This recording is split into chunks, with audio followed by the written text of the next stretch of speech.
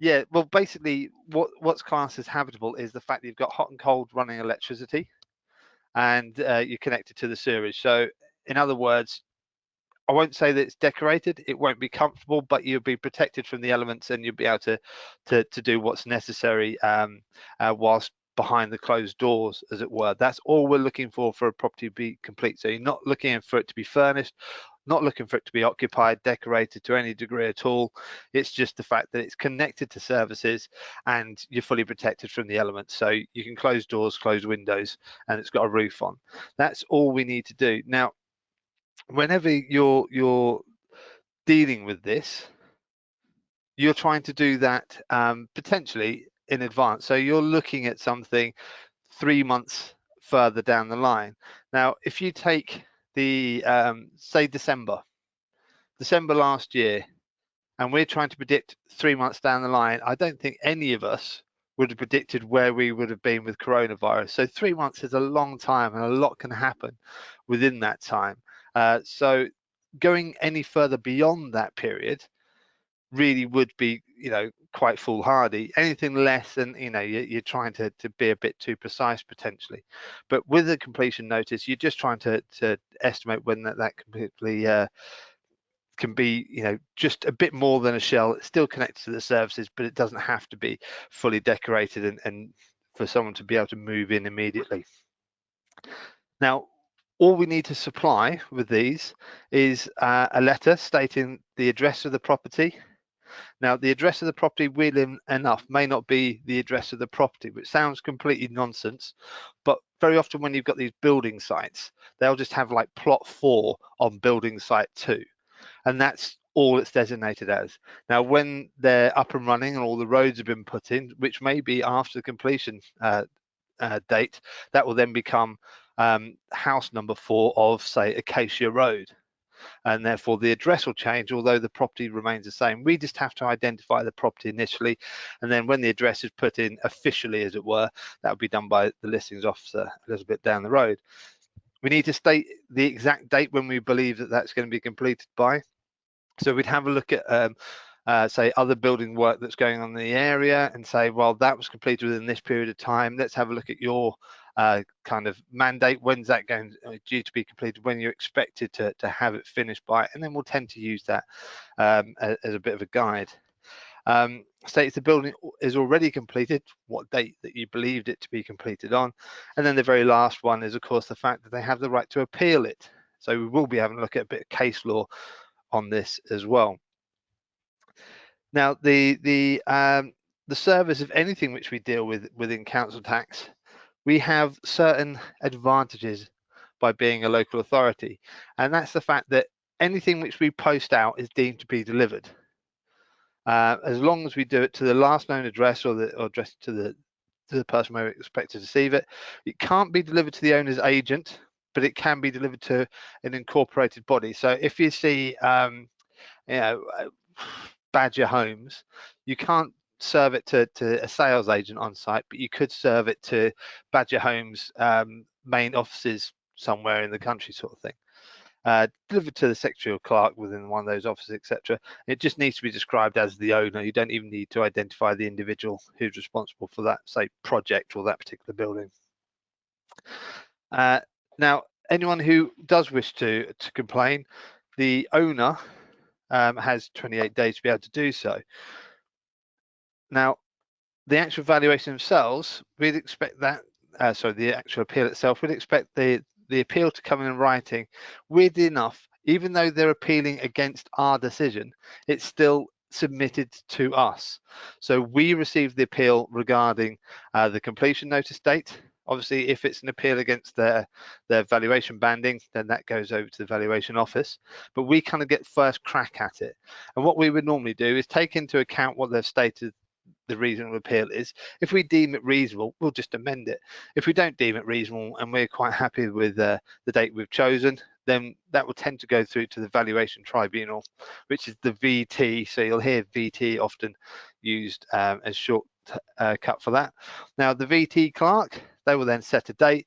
They will provide us with the details for that to go forward and have a hearing.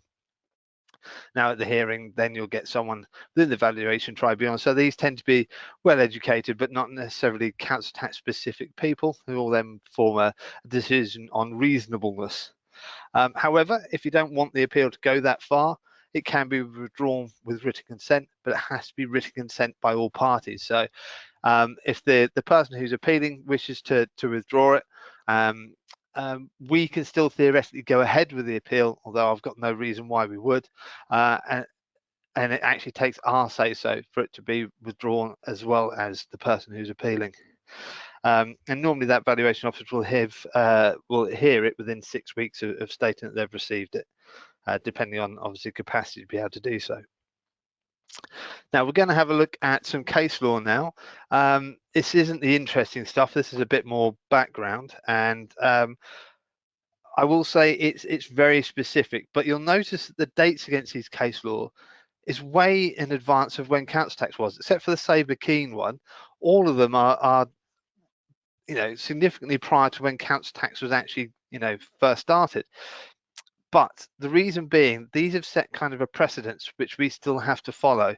Now, as a result of that precedence, it's always applicable now. So this first one, the Watford against Parkour property, you're looking at a very large building, 60,000 square feet over 5 floors. Now, that had been connected to the electricity, it had been connected to sewerage, and it was just basically a massive shell. Now, the intention for this property wasn't to be one massive house, but was in fact meant to be a series of flats. Normally, when you've got partitioning walls within a property, because they're not load bearing and therefore have no particular structural integrity, they're not necessary. You don't need to have put them in for it to be, as I mentioned, what we would deem as complete. But because the intention of this property isn't to be one huge individual dwelling, it's actually a series of dwellings inside this kind of shell, then these partitioning walls actually played a greater part, because rather than having one huge band H, they're actually going to have, I think it was 10 flats in total over the 5 floors, so two flats on each floor, and therefore it's going to be 10 lots of different A bands or B bands in there, which is obviously quite significantly different from what the council were trying to chase up for. Now, with Provident Mutual against Derby City, for this one, the Derby had put it, and basically stated that within it was about 2.5 months actually, that the property is due to be completed, and Providence said, well, there could be any issues within that time. We don't know if we're definitely going to hit it. And Derby says, well, we're predicting that you should, and therefore we're able to put that through. And that's where the 3-month kind of time limit came in, because the court agreed that you should be able to do it in advance. But however, there needs to be a limit on that advance, and you can't just assume it's going to be done within any period of time. So they've set this 3-month time frame to it. Now, Bar Hill against Cambridge doesn't show very well on Cambridge, I will say, unfortunately, this one, because they basically got the date stamp wrong. It was 2 days in advance of when the letter was sent out. Now, Bar Hill tried to turn around and said, well, because you've got that date stamp wrong, then the whole letter's ruined, and therefore the process doesn't need to be included. Well, actually, it's not really the case, is it? The information on the letter is still correct, just the date stamp on it wasn't. So it's not a practice which I would encourage, where you get your dates wrong when you send the letters out, but it hasn't done any harm in this particular instance. Now, the next one was JCL Investments versus Sandwell. Now, this is quite interesting, because JCL said, well, until we get inhabitants in there, how do you know who to charge? And therefore, if you don't know who to charge, how can you say that it's complete? Which is a bit of a grasping at straws type argument, but they're saying that we need to have tenants in there in order for that to be classed as a completed property. And obviously the judge turned around and said, well, the fact that the property is weatherproof and is connected to the services, we class that as complete. You finding time to get tenants in there to cover the cost of it is actually nothing to do with council tax at all, and so therefore we're quite safe in saying we'll still charge you.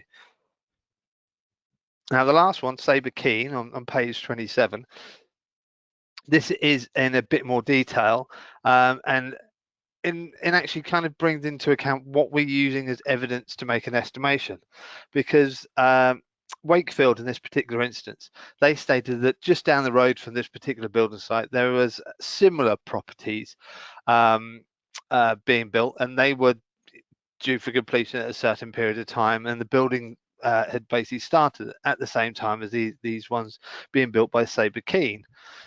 Now Sabre Keen said, well, the ones down the road, they're worth about 50,000. It's about 145,000 now, and therefore they are much lower spec than the ones which we're building, which are 3 times the value. And then because they're lower spec, they're quicker to put up and complete, whereas ours take a bit more time. The materials we're using are slightly better, and the walls are thicker and everything else. That it takes that little bit longer to complete. Furthermore, we're now going through the Christmas holiday. We don't work for 2 years. Sorry, 2 weeks. 2 years would be a bit of a long one. We don't work for 2 weeks over Christmas, and plus, because we're building during winter, there's certain days when you can't continue your building work. So we don't think that the 3 months in advance is reasonable.